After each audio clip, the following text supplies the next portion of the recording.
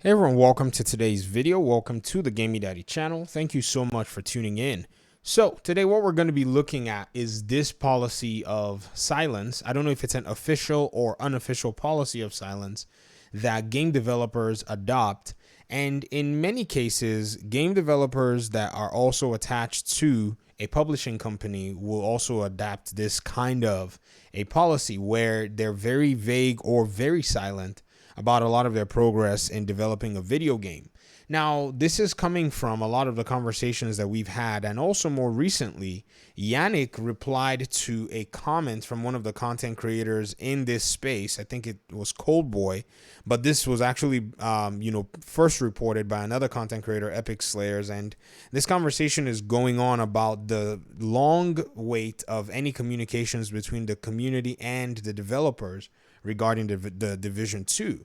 Now, there are sections of the community who would say that, the developers need to stay in contact with their community. There are people who would say, honestly, they couldn't care at all. As long as the developers are not asking them for any money, or as long as, there's nothing else that, is happening in the game, they're just going to put the game down for a minute and go chill somewhere and do something else.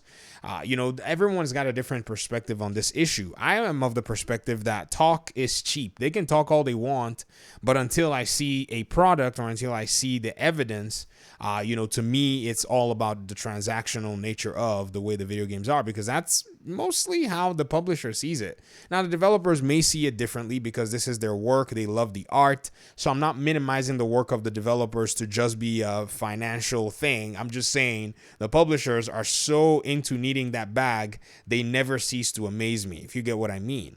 And so that's kind of the question. So in regard to how Yannick responded to the, to this question about any new content or whatever it is, or any updates on what's going on anyways about the new content, Yannick said something along the lines of, I promise you we're hard at work and there are things that we just can't discuss right now, just in case things don't make it into the game so that people aren't disappointed at the end. So there's a side of, we don't want anybody to go be, believing that something's going to happen because we intend to do it and we talk about it and then it doesn't happen.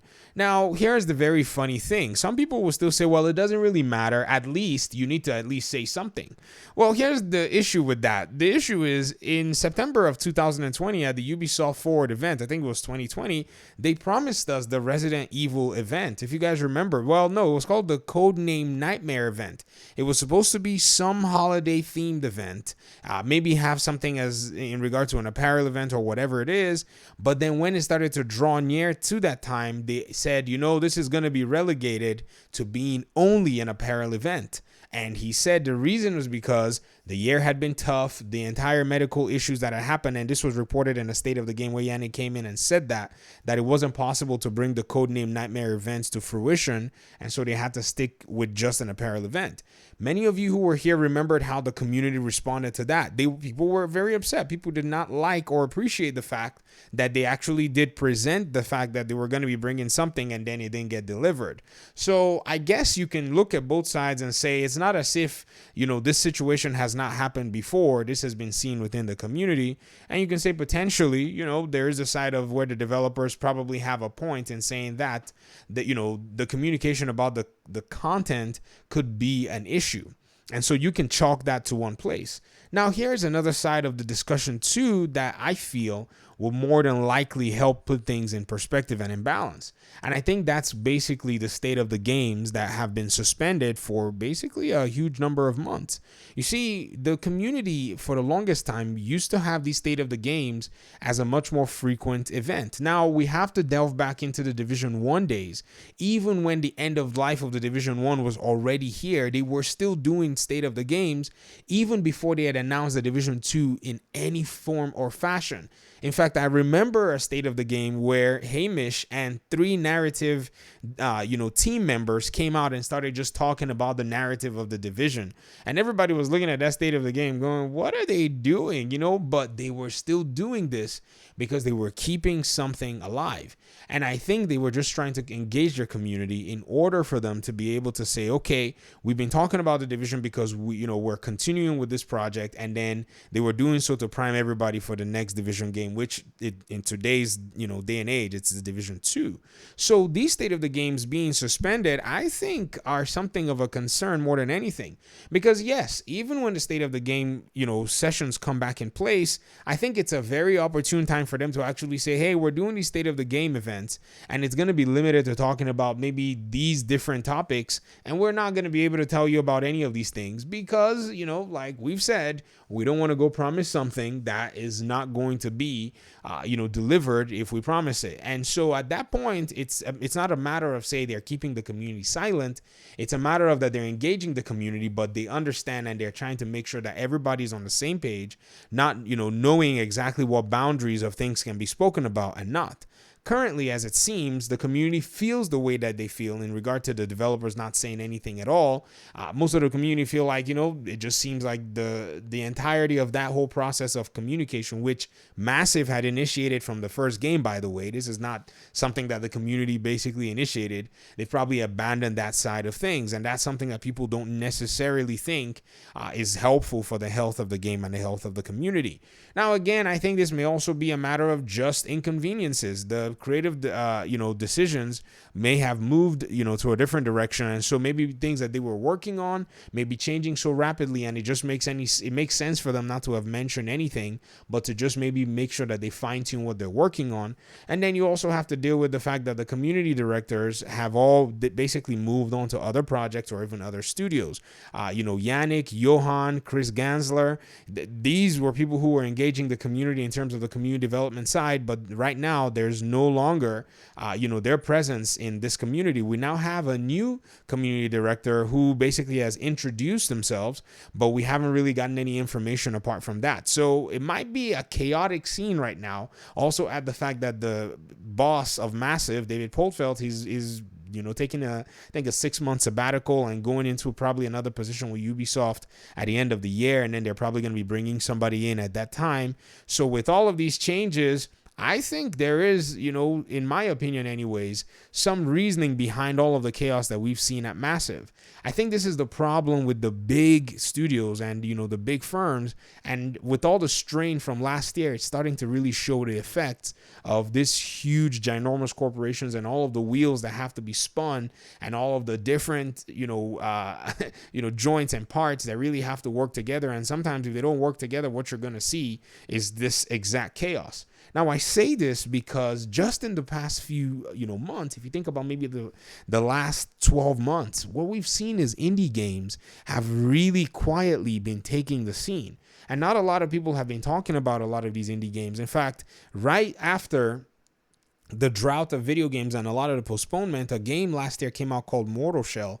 And this is an indie game that was developed on the Unreal Engine 4. I think it was a PlayStation console exclusive and also a PC exclusive, and I think an Epic Store exclusive as well, because it was designed on the Unreal Engine. Epic was able to get a deal with the developers and kind of, put it on the Epic Games Store. That game did over 500,000 copies on release. You fast forward to now, you have the game The Ascent that's right now making waves. The game set in the cyberpunk world, isometric shooter by a team of just 12 people out of Sweden who are industry veterans, and they've just basically taken the gaming industry by storm with a fun, very, very interesting game that was made by a small collective of people. So these small indie companies don't have a lot of the overhead, don't have a lot of the bureaucracy. You can quickly just, in a small team, you can pick up the phone and call somebody, and on the phone, if they're not working in the same office or in the same geolocation, they can make heavy hitting decisions in an instant. Whereas in a company like Ubisoft, before you tell somebody, oh, the color of this hat needs to be blue or red or green, you got to run it by multiple different channels in order for you to be able to get a decision on something like that. And I think that's probably this bloatedness might be causing this kind of effect. So you look and see what Massive is doing right now. Channels have to be followed, procedures have to be followed. You got to get a set of community developers in line. You got to make sure that they're in line with what the marketers are doing and what also the developers are doing. So you got to synergize all of these fronts, whereas the indie studio is just a dozen people who can basically say, you know what, let's have a barbecue barbecue, this weekend, and let's make some really, game changing decisions that could impact our game. And they can make those decisions over barbecue in one weekend, and they can get going with the direction that they need. So these are all of the challenges that are all plaguing right now big game industry, and including a game like Massive, including a studio like Massive, and including a game like The Division. I think we're seeing the effects of this. If The Division was developed by a smaller core team, I think we may have been able to get a lot more in terms of communication, because that's quite, easy to execute.